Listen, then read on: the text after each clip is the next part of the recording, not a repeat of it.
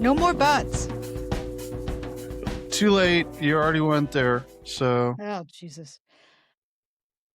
all right. So, Shall we? All right. yeah. Welcome to the Wednesday Kvetch. I'm Kip, and this is Not Kip. not Kip. I guess we're going to do that bit again. Okay. Yeah. Have some. Oh! All right. I'll just Yum. mute myself. You just go for the half hour. I was so excited to. You can have yours too if you would like. Can we do marketing at the front, or do we just add Yes. that to the back? No, we Okay. should do marketing at the front. Brian Okay. Ohendorf, buy a mug.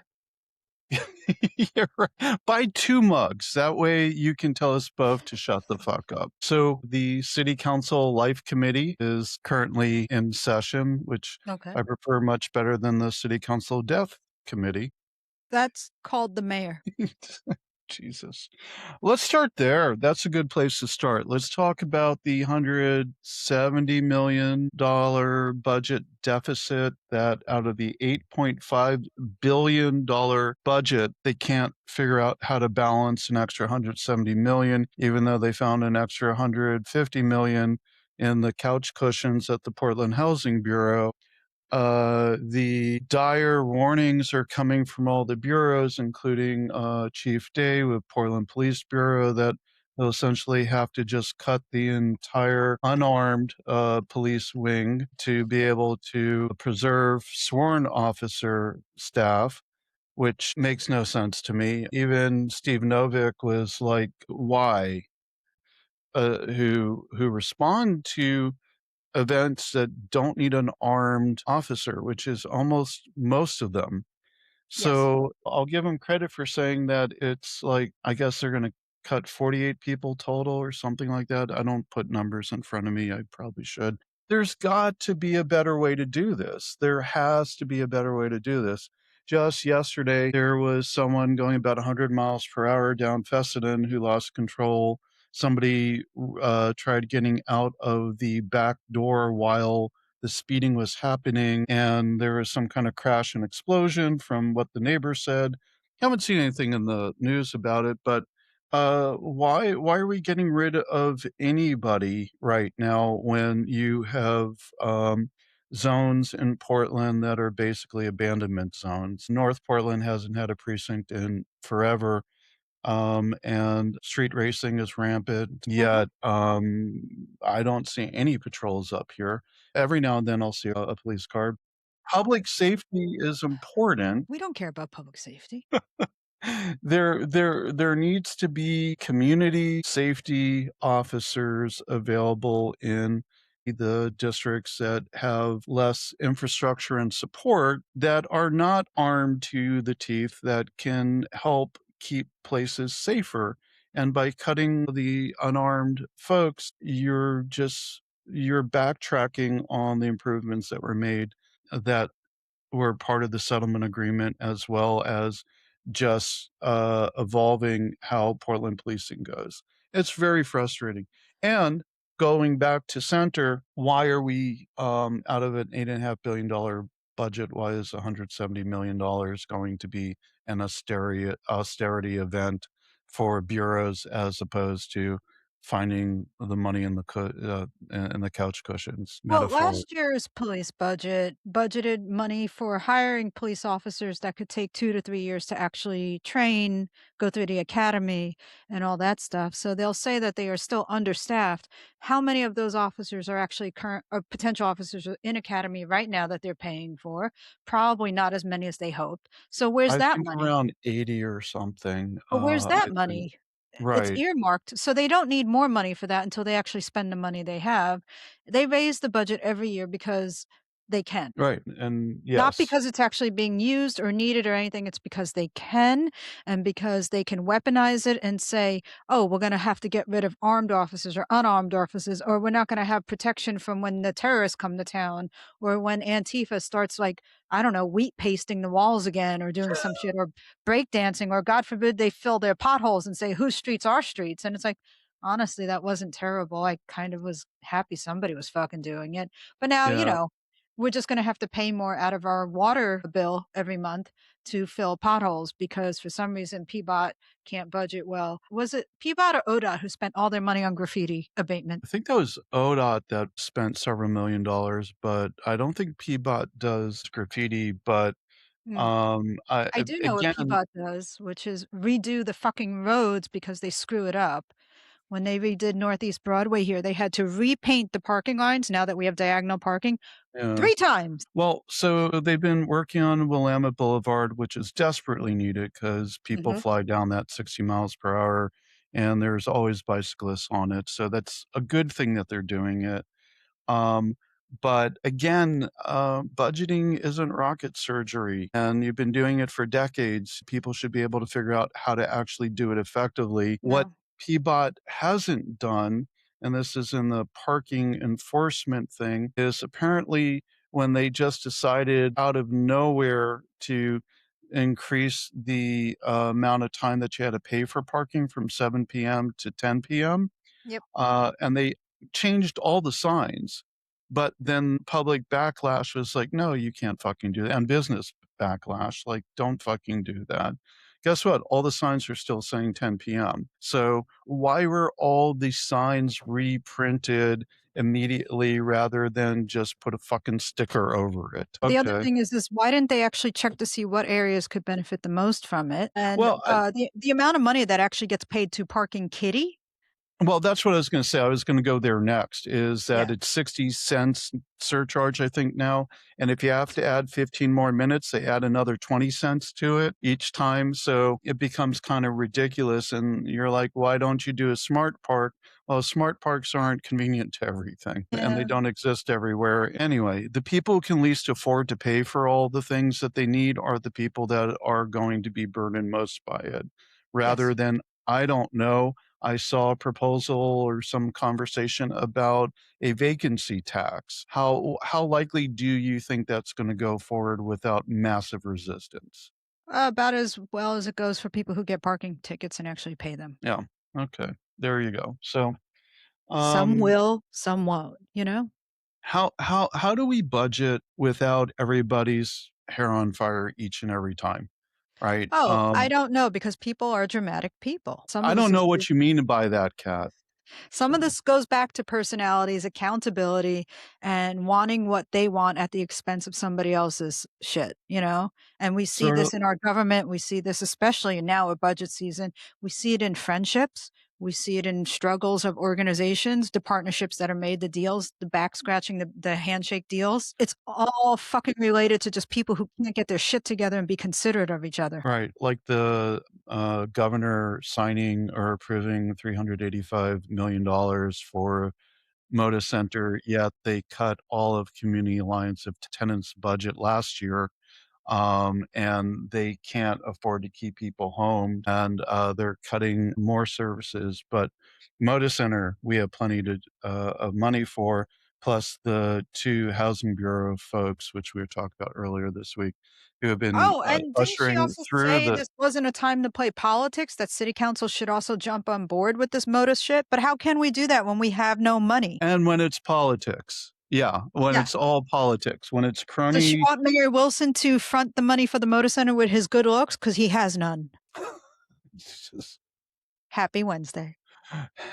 happy happy Wednesday. You knew what you were gonna get when I'm you gonna signed me up get to be your I'm gonna get in co-host. so much trouble. This is true. This is true. Anyway, yeah, I'm so frustrated by all of it. It just It's ugly. It's ugly shit.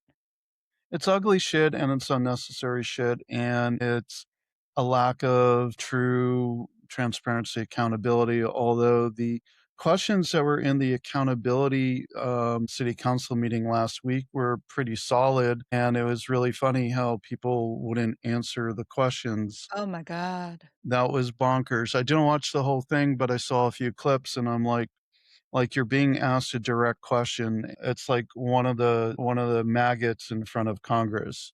Mhm. It's like, "The Dow Jones is 50,000." It's like, yeah, answer the fucking question. You know what it And folks that reminded me of? won't, they should be fired, and that will save money that way.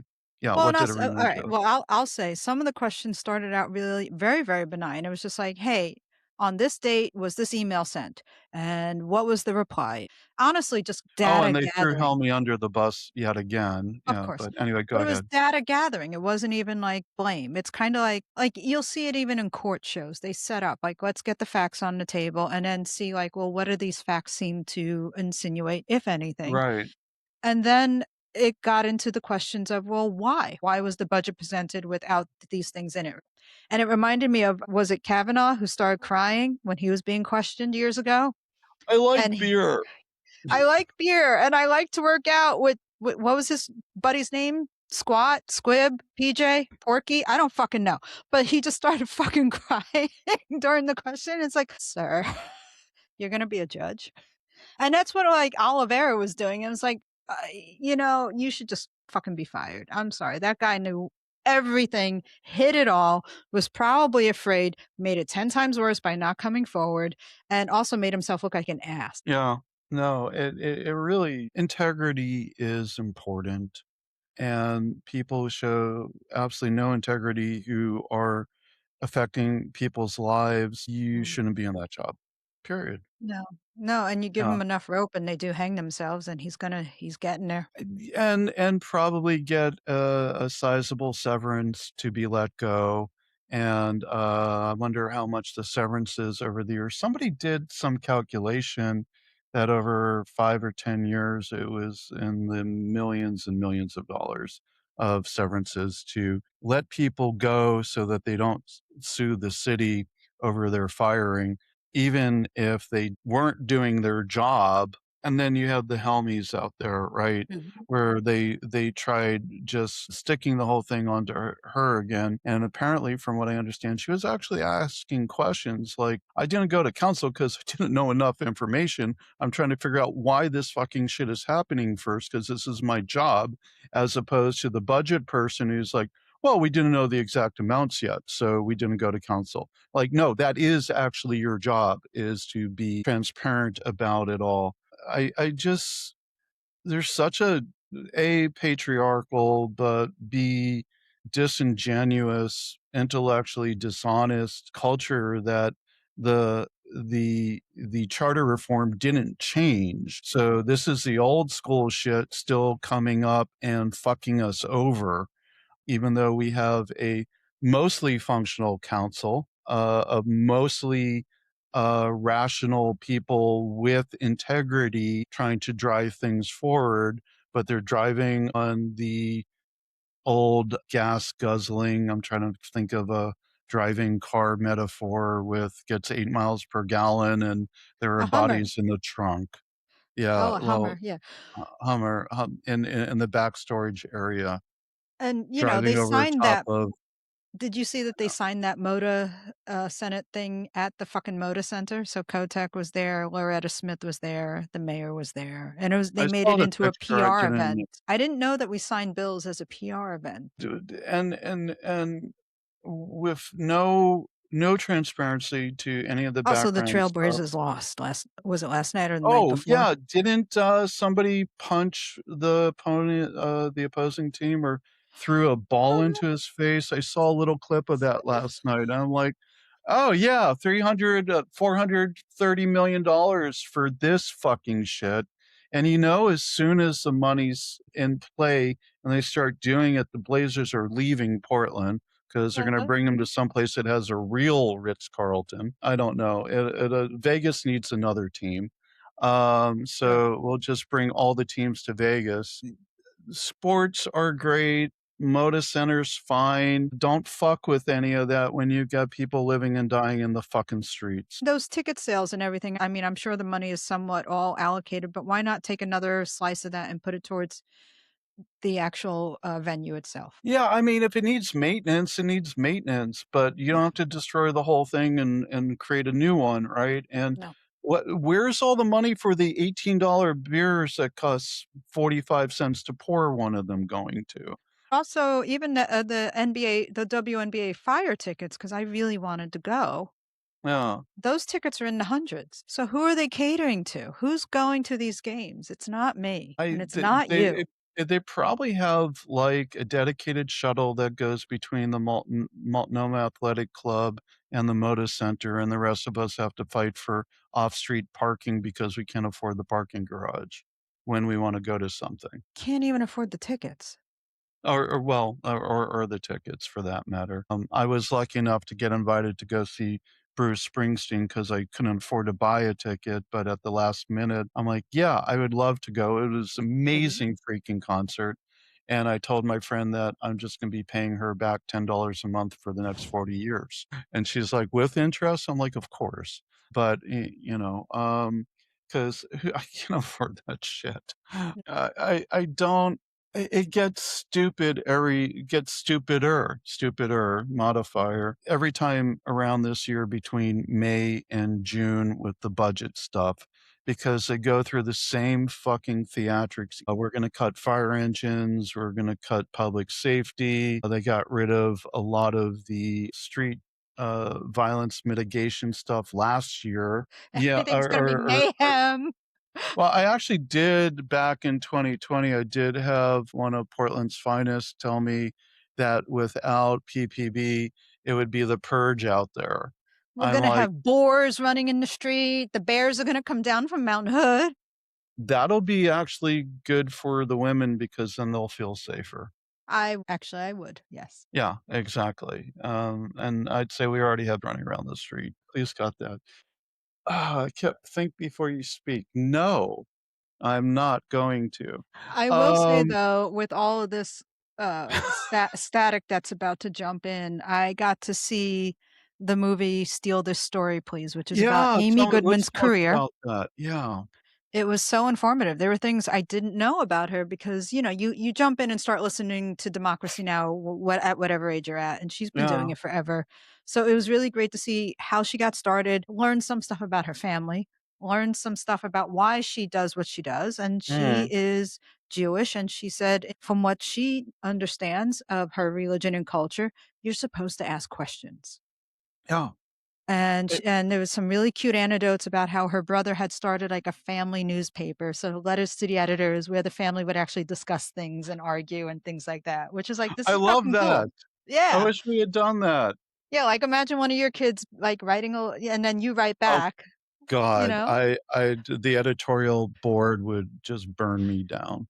Yeah, Um, but her career has been amazing. The things she's gotten to cover are things that did not always make mainstream news. Some of the footage was incredibly hard to watch, and watching how they prep the program, watching how she delivers it, and it's very direct and factual. yeah, yeah. No, And then she did a Q&A and she brought her doggy. it's amazing. No, I know a little bit about her background. She's always struck me as, like, an amazing person, and the entire roots of Judaism, and there's been some stupid fucking shit just keeps escalating on in leftist circles about conflating Judaism and Zionism. I No. don't wanna even go down that route, but they're not fucking the same thing. Don't attribute shit to us, but it You is can always criticize a government and not shit on the religion. And that is what most people are doing. They're saying the Israeli government is wrong. The religion is the religion. And yeah, it's being and it has used as nothing to do with propaganda. what's happening No, in Israel because Judaism is about exactly asking questions, accountability, and acts of service, and also about coexistence. Molly Crabapple's book, it's entitled "Here Where We Live Is Our Country," and it's about the Jewish Bund and I think I pronounced that right, and the fact that we're a diasporic people Mhm. that has been our culture for centuries, and we live with other folks, and we become part of their culture, and we maintain our own culture, and the religious parts of it have always been practice rather than a exclusionary faith and that's where things have gone wrong, and that's where her book talks about how if you couch a country in the religion, you're going to destroy the religion. It's super powerful, and it tracks with everything my understanding and my belief system, and I'm not at all religious, period. but Torah and rabbinical study is constantly looking at the text that is out there and asking why and how, and does this matter? How do we interpret things?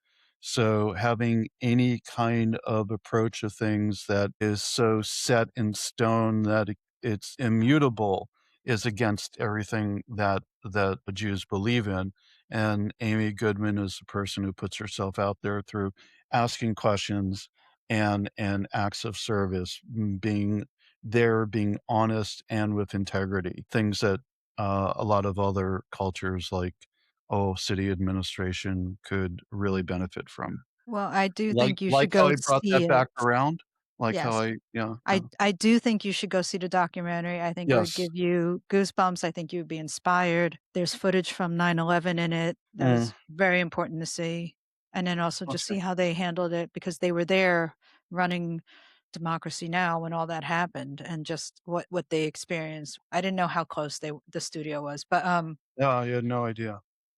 the other thing I wanna bring up is that I am still hearing that Join day center has intermittently been closed. And granted, there are some valid reasons. The Okay. general public is still unaware as to why. The folks who need it the most go there and it's closed and they're disappointed and they don't know where else to go. And, this is leading to distrust. And again, this goes back to transparency, accountability, character, and integrity. There's been no press release that I've seen or even social media that has said, hey, we are so sorry we've been closed, or hey, we're going to be closed today.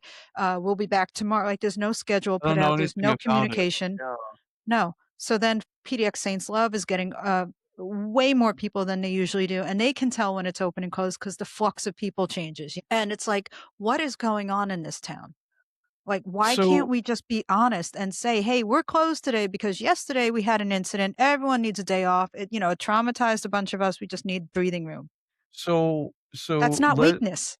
let's do a parallel. Was involved for many years with free hot soup, Mhm. and hundreds of people, my cat's, like, all over the place.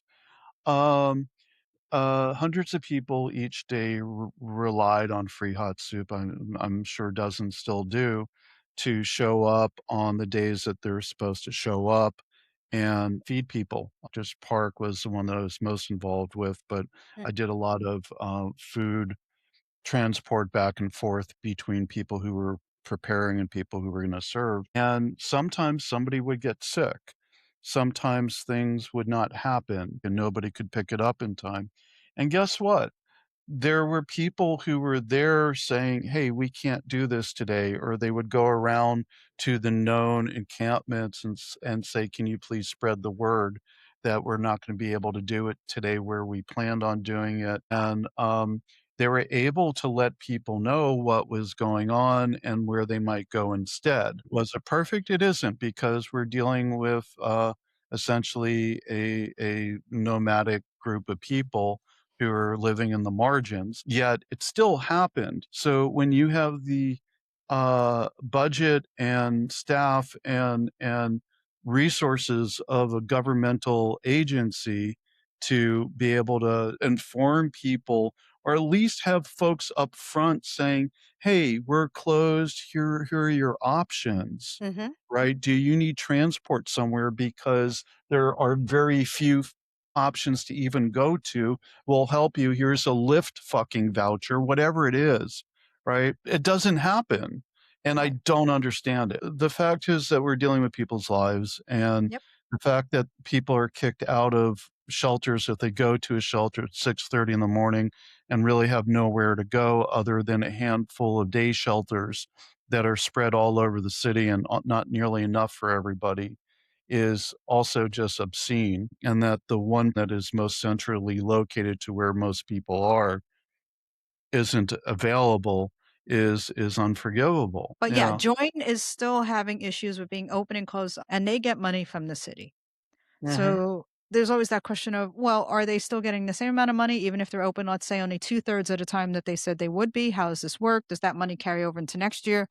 If we're in a budget and a budget deficit and the mayor's cutting all these things and then he says he's going to cut some homeless services, is he cutting his own shelters? I know one of them's closing because it's getting sued.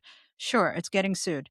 There's a lot of reasons it's getting sued. I don't actually disagree with all the reasons. I think all of this Right, shit was poorly executed.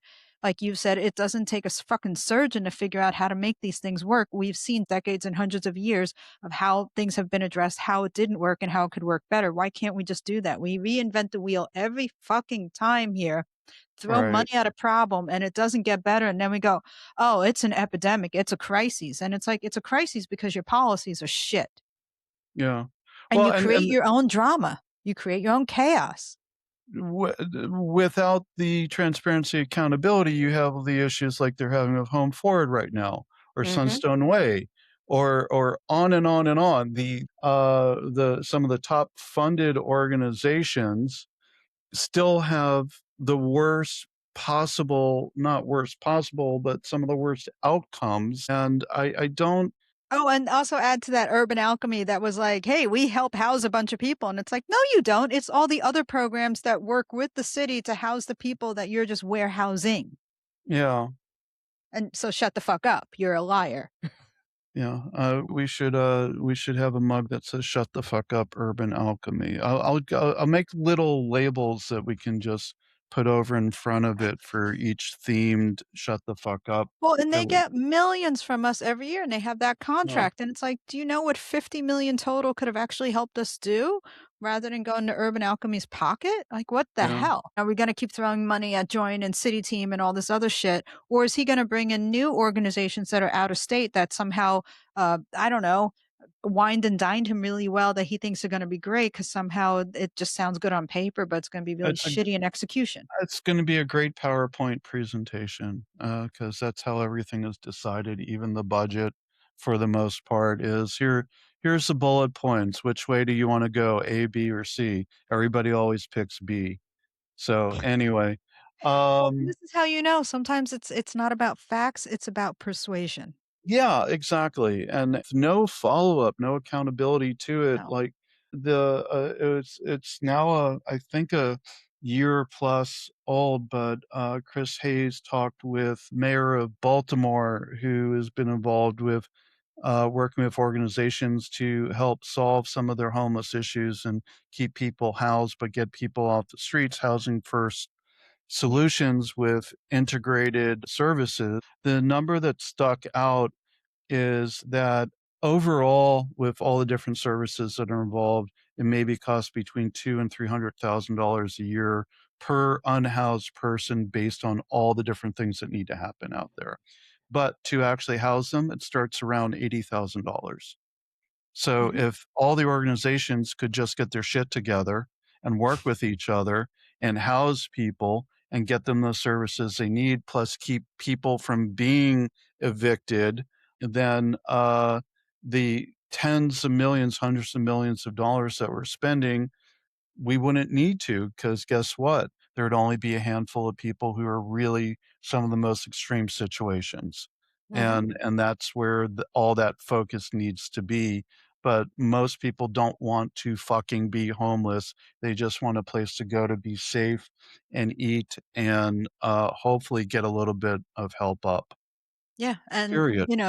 like Emmy Ritter was saying, when women and children are leaving domestic violence situations, they also tend to make up the population of the homeless, but yet when we look at the news and we look at the way the mayor talks about things, and then, of course, neighborhood associations or even our neighbors who really wanna, quote, unquote, "get rid of the homeless," they don't talk about the women and the children. They talk about the drugged out fentanyl, whatever. Pick somebody who's having a mental health crisis or seems to have something going on. So it's like, oh, we have to get rid of the quote unquote crazy people. And Yeah. it's like, no, that is actually a very small fucking percentage. They're just the most visible because they cannot necessarily regulate. If you're visible, you're a target, and we don't need to get back into the violence that happens to women who are living in the streets. No, but when we Um, make these policies, when we make these choices, is our mayor thinking about the whole spectrum of people who end up on the street? The kid running away from their house because for one reason or another their parent rejected them. The family member who has to run away because their life is in danger. right, Somebody who lost their spouse and just cannot pay the bills because their heart is that fucking broken. Is he thinking yeah. about them? No. I No.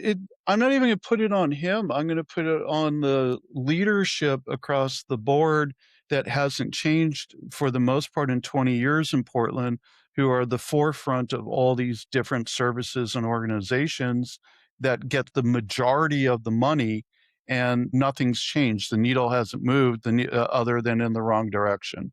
Mhm. It's their fault. And to the argument I heard that we've never had a mayor more focused on homeless issues, that is a fact. Yes. Focused wrongly, I would say, going in a punitive direction, which, if that had worked, the last 40 years of homeless approaches would have solved the problem, and they haven't. So, what do? You do something fucking different. You Yeah. do what we know works. But guess what?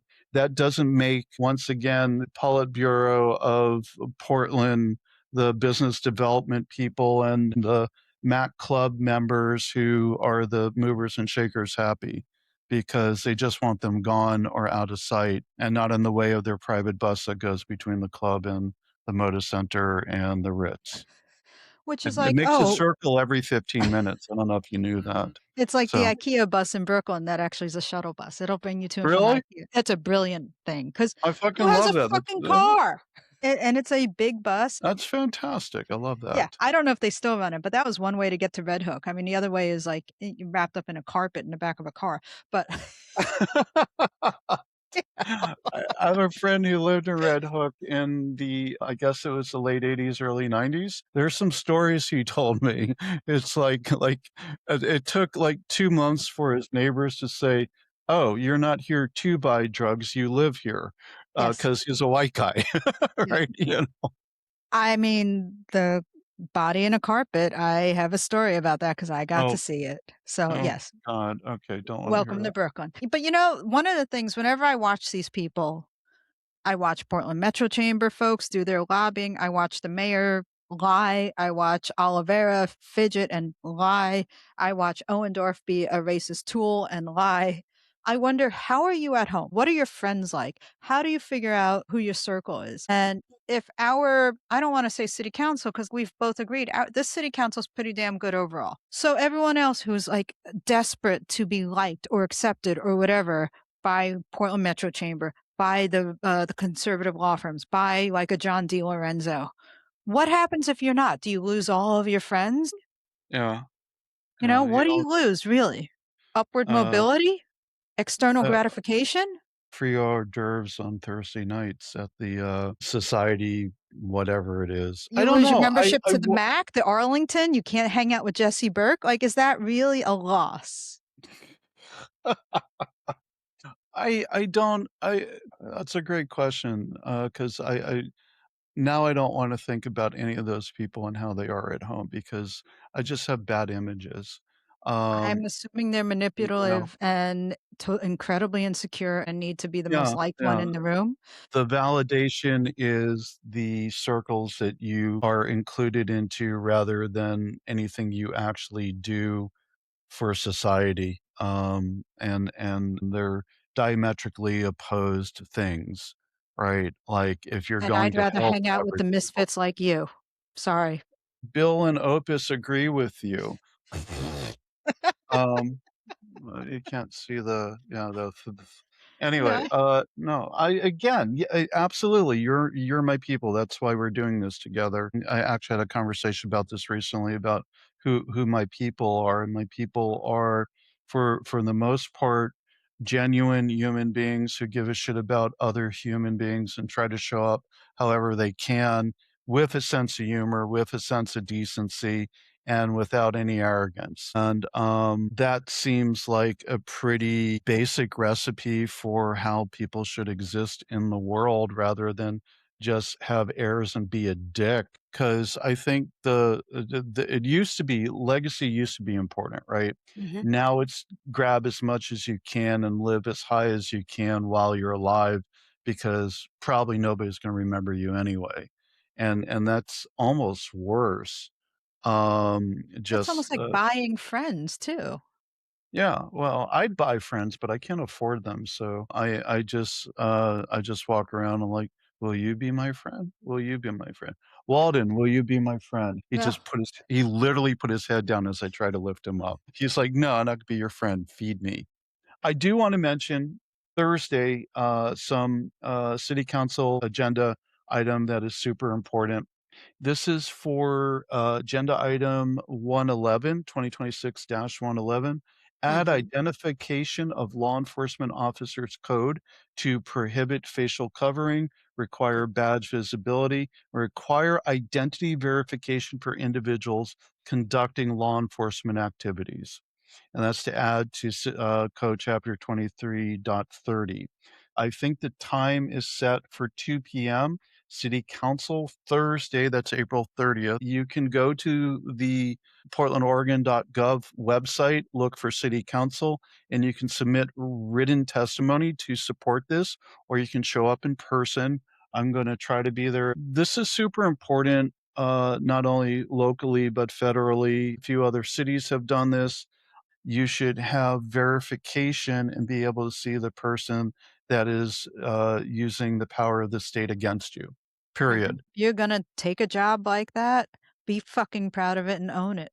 Yeah, be accountable to it. I know in the past, like during Occupy, there were instances and events where police refused to identify who they were, and they're like, "I don't have to give you my card." I did intervene on behalf of one person. The officer refused to identify themselves, so I found their CO and walked him over to the officer and said, "This officer says he doesn't have to identify himself. This person here wants to file a complaint against them. Can you please help?"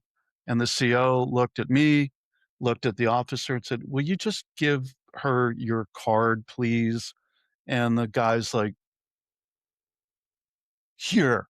And I'm like, "Come on, you don't get if you again, if you're gonna put on the uniform, you have the Mhm. power of the state behind you. There is an inherent imbalance of power and equity, period, and anything that you do is still that person that you're doing it to, it's still an alleged thing. So, if you want accountability for the citizenry that you're supposed to be protecting and serving, which you should do equally, you also have to have the same level of accountability plus, Mhm. because you also have weapons of deadly and less deadly force. So this should be a no-brainer. So Yeah. please, please, please contact your representative, submit written testimony, but please support this because this is just basic common sense and should be, again, like a floor level foundational thing that you have a right to know who's trying to infringe on your freedoms. I don't know if everyone has seen the news, but and this is something many of us have known, it looks like ICE agents in Oregon are now starting to focus more on the Asian community than they Yep. had prior, and that's Yeah. becoming a concern. And this is something I've known for years, and this is something that happened in 2016 to 2020 as well. Kind of got swept under the rug a little bit, and then of course, media only latches on to let's talk about the Latin American contingency, but it's like Asians have always been under fire as well. Yeah. And it takes until a certain population gets taken to bring attention. Yeah. And I really, one day I would love to dissect why that is, because we all know that's also rooted in racism and colonialism and white adjacency. There's a reason I carry around my passport every day. And when I've accidentally left my house without it, I literally have panic attacks. I'm And we sorry. need we need to like fucking figure this shit out. But for the moment, if we can at least unmask the assholes who do this, that's a Yeah. step.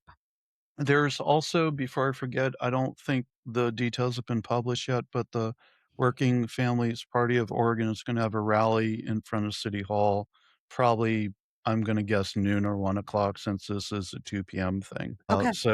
That's Thursday before the, city council testimony, but I Let's don't get think on let's get that reposted on our Instagram as yeah, soon as if you as can soon find as it. they posted, I checked Yeah. right before we started this. But to your point, there was a wide call Friday for an event Saturday, Vietnamese community. I believe it's Vietnamese. I don't know how to pronounce it. The Among Hmong, right? yeah, It's Hmong? think so. I'm not Yeah. sure. China, Laos, Vietnam, Thailand, that's right, they're not one particular nation state. Massive, massive, celebration. I wound up doing some LO work out there, and got to say hi to a bunch of people, enjoy some amazing music. And the only people who were there that had unidentified security on them was apparently the governor's security detail because I guess she was there at some point. Was Anyway, she? I didn't see her, so but, you know, uh, anyway, one thing I'll mention, there was a PPB officer there with his family, Mhm. and the kids were joyful, and I'm gonna get emotional because, we're community, and we have to show up for each other as community, Yeah, and, this is when I talk about city values, this is what I mean about city values, is that we show up for each other regardless where background, nationality, whatever it is, we stand our ground when people come in and try to violate our rights to exist. So it was really an amazing event, and I encourage everyone to check out the website, PIRC, sign up for legal observing, and get some knowledge and kits on how to support your community and your neighbors. So a plug for PERC as well. it's gonna get a little worse before it gets better. Every time accountability gets closer to the people in power, they amp up the awful, I and, mean, this is the pattern that we were talking about with Emmy of domestic violence. This is why I yeah, do wonder, how are you at home when the serial government is abusers, run. yeah, Yeah, yeah, if you run the government the way you run your home, then you're just an abusive person. yeah, exactly. Definitely go see the movie. Okay, yeah, thank you, I will check it out. Alright, Alright, I'll talk to you later. talk to you later. Bye. Progress Portland is also on Facebook and Instagram, and we have event listings and updates on our website, progressportland.org. There's a content form on our website if you'd like to help out or have questions or comments. Our theme music is by the Portland band